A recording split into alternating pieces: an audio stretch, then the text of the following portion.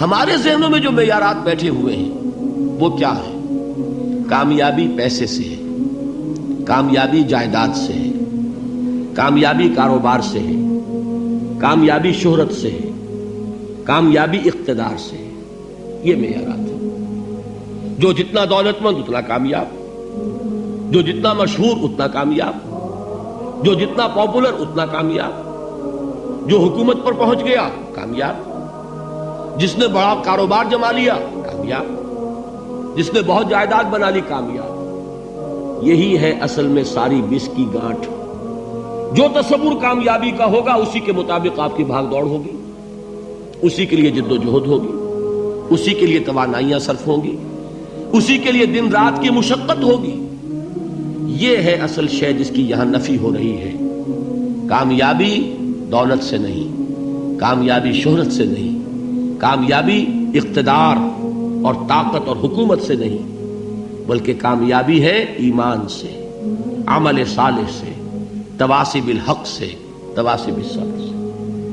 آپ غور کیجئے اس نقطہ نظر کا، اس ایٹیچیوڈ کا، یہ جو مینٹل ایٹیچیوڈ ہے، اس کا بدل جانا ہی انسانی شخصیت کے اندر انقلاب برپا کرے گا۔ اب آپ کا نتیجہ کیا نکلا؟ اگر تو دولت سے کامیابی ہوتی تو قارون بہت کامیاب تھا، اگر حکومت سے کامیابی ہوتی تو فرعون اور نمرود بہت کامیاب تھے۔ کامیابی ان سے نہیں ہے۔ کامیابی انسان دولت میں قارون کی دولت تک پہنچ جائے اور دنیا میں دبدبہ اور اقتدار اور سلطنت اور حکومت کے اعتبار سے وہ نمرود اور فرعون کا مقام حاصل کر لے، وہ ناکام ہے، خائب ہے، خاسر ہے، برباد ہے۔ اور ابو ذر غفاری کامیاب ہے، چاہے ان کے پاس کچھ نہیں تھا، جھونپڑی تک نہیں تھی، کوئی گھر نہیں تھا۔ حضور نے فرمایا ہے اللہ کے کچھ بندے ایسے ہوتے ہیں جو کسی محفل میں جانا چاہیں تو انہیں اجازت نہ ملے، جو کہیں اگر رشتہ کرنا چاہے کوئی ان سے رشتہ کرنے کو تیار نہ ہو، کہیں کوئی سفارش کرنا چاہے تو ان کی کوئی بات ہی نہ سنے۔ لیکن اللہ کے ہاں ان کا وہ مقام ہے کہ اگر بھولے سے بھی کسی بات پر قسم کھا بیٹھتے ہیں تو اللہ ان کی قسم کی لاج رکھتا ہے۔ یہ ہے فرق، یہ جان لیجیے اچھی طرح۔ اس بات کا مان لینا آسان، اس پر سبحان اللہ کہنا آسان، لیکن اس کے مطابق آپ کے اپنے ذہن کا بدل جانا بہت مشکل، اس لیے کہ ہم متاثر ہوتے ہیں اپنے ماحول سے۔ وہ بڑا محل ہے، دیکھ کر ایک دفعہ جھجری آتی ہے، وہ بڑی سی 20 فٹ لمبی کار سناٹے کے ساتھ آپ کے پاس سے گزر گئی، ایک دفعہ اعصاب کے اندر ارتعاش ہوتا ہے، محسوس ہوتا ہے بڑے یہ نصیبے والے لوگ ہیں، بڑے خوش نصیب، بڑے کامیاب، حالانکہ کچھ معلوم نہیں کہ یہی سب سے بڑی بد نصیبی ہو سکتا ہے کہ یہی سب سے بڑی ناکامی ہو۔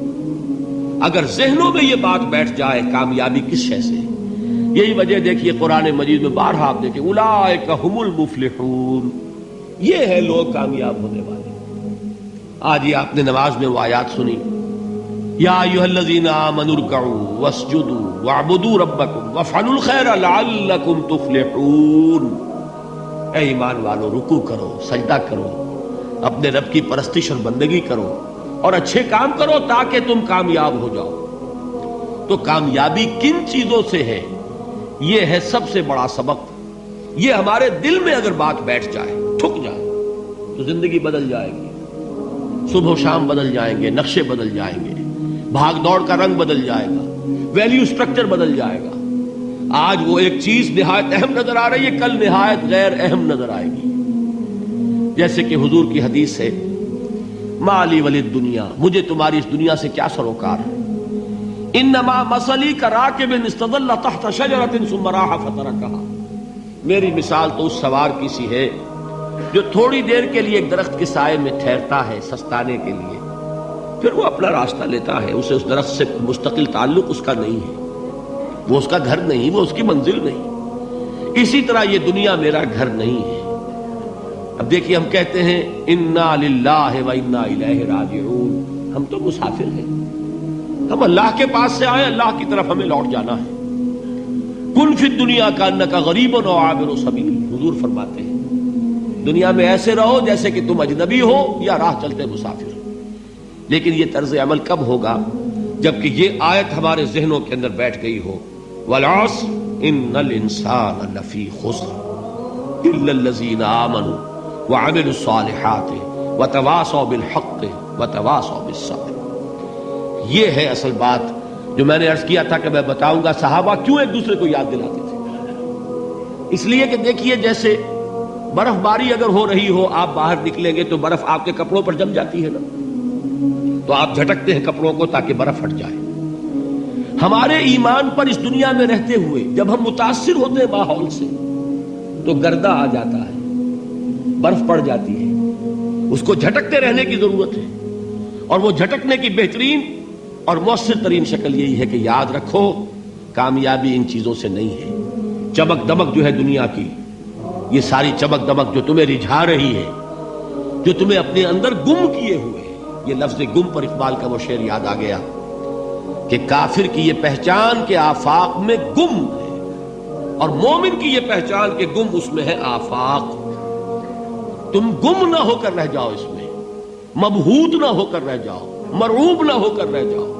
دنیا ہی کی محبت تمہارے اوپر ڈیرے نہ ڈال دے، تمہارے دلوں کے اوپر مسلط نہ ہو جائے. لہذا تازہ کرتے رہا کرو والعصر ان الانسان لفی خسر الا الذین آمنوا وعملوا الصالحات وتواصوا بالحق وتواصوا بالصبر.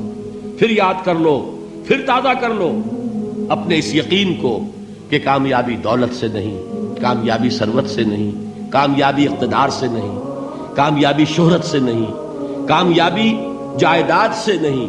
کامیابی ہے ایمان سے، کامیابی ہے عمل صالح سے، کامیابی ہے تواصی بالحق سے، کامیابی ہے تواصی بالصبر سے. یہ چار چیزیں ہیں کہ جو کامیابی کے لوازم